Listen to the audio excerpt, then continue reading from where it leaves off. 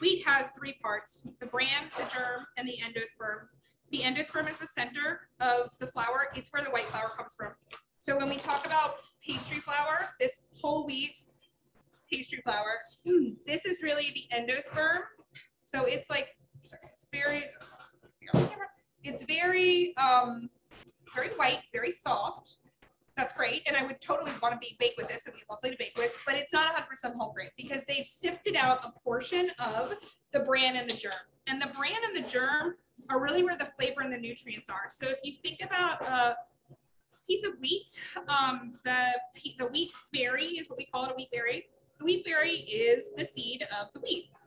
So it is this little cell packet full of nutrients and knowledge of how to grow a stalk of wheat.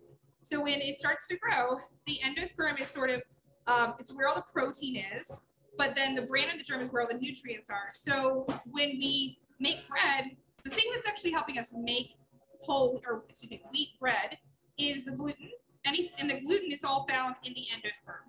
So it's not that we don't like the endosperm, it's not that we don't like the center, it's not that we don't like the white flour, it's that if we're talking about nutrition, and in my opinion, if we're talking about flavor, if we take the bran and we take the germ away, we're left with just white flour, which it could be hard red white flour, it could be hard wheat white flour, but it doesn't really matter because the bran and the germ are gone now.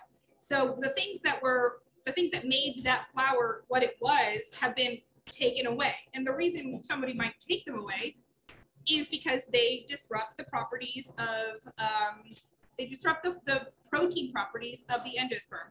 If you think of protein is a chain, gluten is a chain. It's a chain of proteins that is formed when water meets the endosperm. When water meets flour, the flour from the endosperm, then the proteins start to form that form gluten. As we mix, so if we have no bran and germ, then we have just 100% ability to make a ton of gluten strands. Those gluten strands are what give the wheat bread the ability to rise or to have structure or to have the shape that we want up until a point.